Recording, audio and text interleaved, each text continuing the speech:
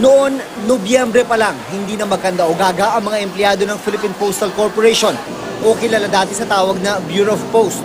Bumabaha raw noon ng mga Christmas cards. Ang individual na mailer namin, hindi lang isang card ang dala, 10 pieces, 20 pieces. At the same time, ang pila sa lobby talagang nakakataranta. Pero ngayon, mabibilang na lang sa mga daliri ang mga tao sa lobby ng makasaysayang Manila Central Post Office. Noong 80s hanggang early 90s, panahon na hindi pa uso ang social media at iba pang teknolohiya, ang mga pigeonhole na ito, punong-puno daw yan ng mga greeting cards, lalong-lalo na kapag lumalapit na ang Pasko.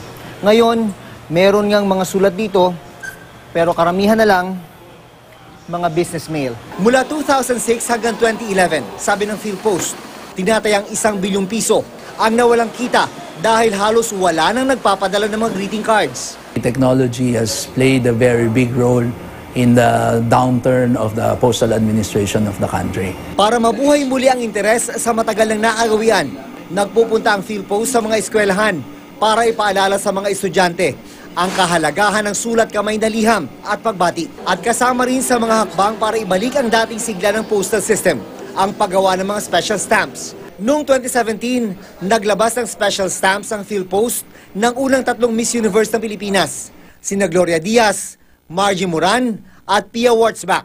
Ngayon, plano naman ng PhilPost na gumawa ng special stamps ni Miss Universe 2018, Catriona Gray. Tinitignan mo namin na bigyan siya ng but syempre kailangan muna namin ipaalam sa Miss Universe organization. June Veneracion, Nakatutok, 24 Oras.